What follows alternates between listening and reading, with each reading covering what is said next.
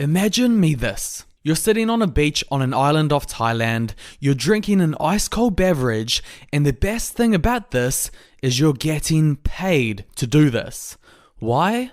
Because you made the decision 2 years ago to start investing in dividend stocks, and you built up a massive portfolio.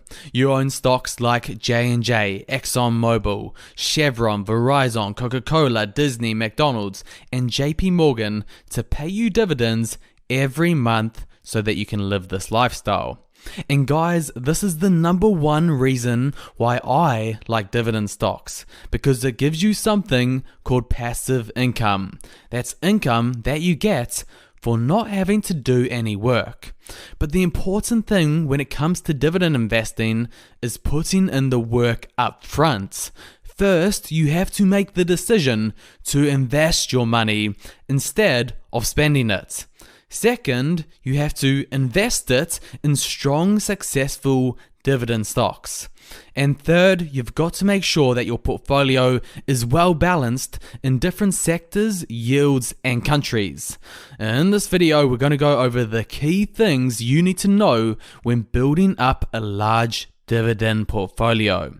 And we'll finish off with some solid dividend stock picks from me as well.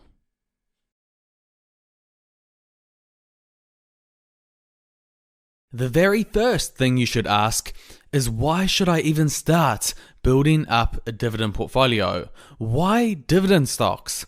There are 4 key reasons. I've already told you the first one, passive income, getting paid dividends from companies for not having to do any active work. Second is, if you invest in dividend aristocrat stocks, they actually beat the stock market.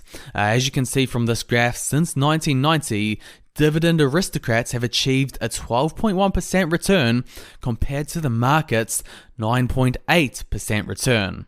Also, they've done this at less risk, less volatility, 14.2% compared to 17.4%. But arguably the most important and relevant reason why you want to invest in dividend aristocrat stocks is they tend to do way better than most in stock market crashes. You all know that we've had an 11-year bull market. There is a chance that the market may crash. And if it does, your dividend aristocrat stocks will perform better than most. They'll still go down, but just by not as much. As you can see through history, 1990, they beat the market by 8.8%. And that crash, the dot-com bubble recession, it was 19.2%, 22.7%, and 12.2% respectively.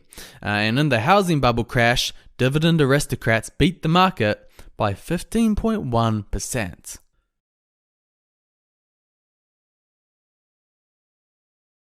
The next logical question that you should ask once you realize that dividend stocks are a quality investment is, where do I start? How do I choose good quality dividend stocks? The very first thing you need to look at is the dividend yield. I'm guessing that most of you will know what dividend yield is, but basically it's just the annual dividend divided by the stock's price. So let's just look at Coca-Cola stock, which is owned by Warren Buffett. Its dividend yield is 2.7%. That means the annual dividend is 2.7% of the price you pay for the stock. And a good rule of thumb when you buy a dividend stock is you really want it at least above that 1% yield. The other important thing to look at is the payout ratio, because where do dividends get paid out from? Well, earnings, of course. Generally, you want the business to not be paying out all of their earnings as dividends, or else what money will they use to grow their business? So, again, generally speaking, the lower the payout ratio, the better. Now, the next thing that we need to question is, how reliable is the stock's dividend that they pay out? In order to do this, I like to look at the dividend history of the stock. So let's look at Coca-Cola stock again. And there's a site called Macro Trends, which gives you a really good insight into the history of the dividend. So, as you can see with Coca-Cola, they have increased their dividend payout for 56 years in a row. Even when recessions have occurred, Coca-Cola have still managed to pay their dividend. Generally speaking, this means their dividend is reliable, and if the market were to crash, you would still receive that form of income. And the last key thing that you really want to look at when it comes to dividend stocks is how will the company do in the future? Will their earnings grow or decrease? Do they have a good business model? Do they have an advantage over their competitors? So, if you think about Coca-Cola, do they have a good business model? Yes, of course. Their customers absolutely love their product and it's drunk all around the world. Everyone knows about Coca-Cola, and that's one of their key advantages over other soft drinks. That's one of the reasons why Buffett bought Coke back in the day, because he knew about the customer loyalty and dedication to their product.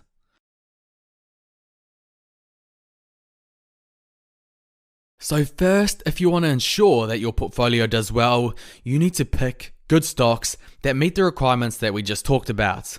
But you also need to make sure that your portfolio is well balanced. So I'm just showing you what a well-balanced portfolio could look like when it comes to the different sectors in the economy. Obviously, this all depends on your particular interests and understanding.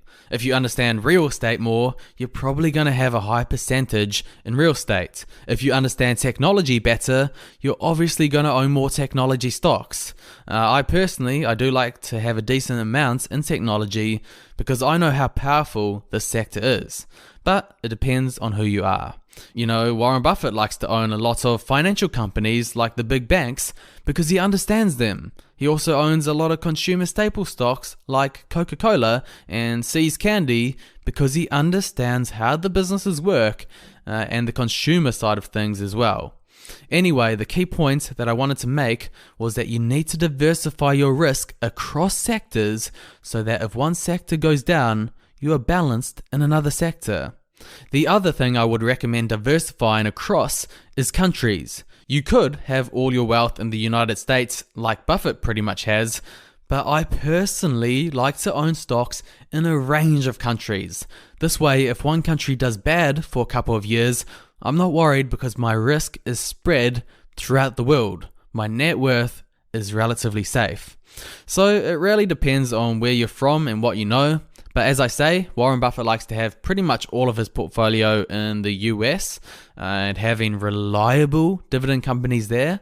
But I also recommend, like Charlie Munger, having some portion of your portfolio in China, a country that is growing at a very fast rate in terms of economic GDP. Most likely, those dividends will keep growing as well. Then you also want to be diversified in the emerging markets, those countries that are building, developing, and getting lifted out from the poor class into the middle class, and making high returns as well along with that. Then Europe, a good place to diversify your dividend stocks into as well. And Australasia, first world countries that are less known, aka resulting in cheaper prices and higher dividend yields.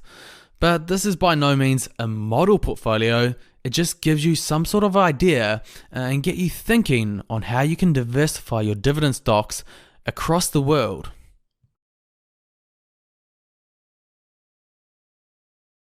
But now to get you all started, I wanted to show you some quality dividend stocks that you could potentially use to start bulking up that dividend side of your portfolio. We've already mentioned the stock Coca-Cola. It's the stock that Warren Buffett has owned for years, and it pays a handy dividend. As you can see, it's a 2.7% yield with a market cap of $250 billion. And they own a bunch of big brands as well. They don't just own the drink Coke. You've got Fanta, Sprite, Schweppes, Simply Orange, and a bunch of other billion-dollar brands. So they are well diversified from the start. Another dividend stock to own, which is also owned by Warren Buffett, is Wells Fargo. Very nice dividend yield in today's market of 4.3%, and it will provide you good exposure to the financial sector and the USA economy. AT&T is another stock that pays a really nice dividend yield, 5.4%. This will give you exposure to the telecommunication sector and 5G as well, an up-and-coming industry. A more global dividend stock that you may want to consider owning is BP. They're in Europe, North and South America, Australasia, Asia, and Africa as well. And they're obviously the fuel company that we all know, but they're also engaged in other businesses like selling everyday items such as paints, clothes, and packaging. Their dividend yield is really nice at 7%. So when building a dividend portfolio, I recommend starting off with first businesses that you understand. So whether that be Coca-Cola, the beverage business, BP, which is fuel, AT&T, telecommunications, or something like Disney, which is entertainment. Whatever passion you have, start there when it comes to building up your portfolio. And then what you want to do is build and grow upon your circle of competence and start investing in perhaps more complex businesses that have higher dividend yields. Another thing that I recommend is following what stock experts are buying.